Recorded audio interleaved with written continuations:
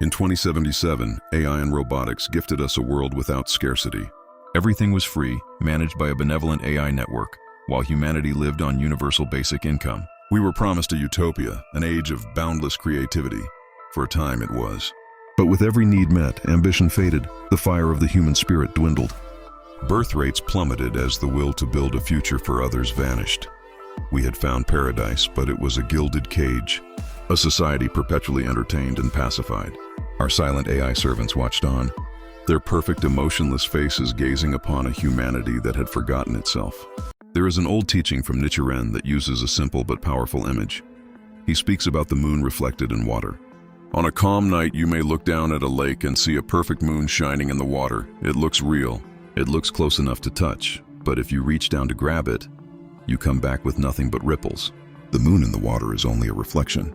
Nichiren used this metaphor to warn people about mistaking appearances for truth, a teaching rooted in the wisdom of the Lotus Sutra. Now imagine how this lesson applies to the world we are entering today, a world increasingly shaped by artificial intelligence. AI can write poems, compose music, generate voices, even create entire worlds on a screen. It can feel magical, it can feel powerful, and if we're not careful, it can also become something we start to depend on without questioning it. The danger is not that technology exists. The danger is that we may begin to confuse the reflection with the real moon. A conversation with a machine may feel like human understanding. An algorithm may feel like wisdom. A digital world may feel like real community. But beneath the surface, it is still a reflection created by code. Nichiren warned that when people mistake reflections for reality, they can become lost.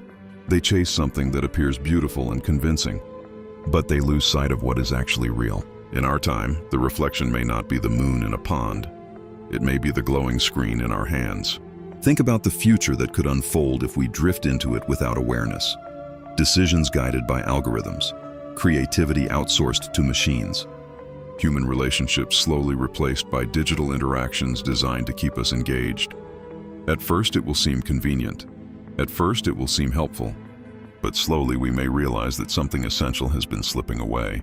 The Lotus Sutra teaches that every human being possesses the capacity for awakening and wisdom. Nichiren believed that this potential is not found in external systems, not in technology, and not in authority. It is found within our own lives. The real moon is always in the sky, but if we stare only at the water, we may forget to look up. Artificial intelligence can be a tool. It can help humanity. It can solve problems and expand knowledge, but if we allow it to become the center of our world, we risk building a society that reflects intelligence without truly cultivating wisdom. And wisdom is something no machine can generate. So perhaps the lesson from Nichiren is not to reject technology, but to remain awake.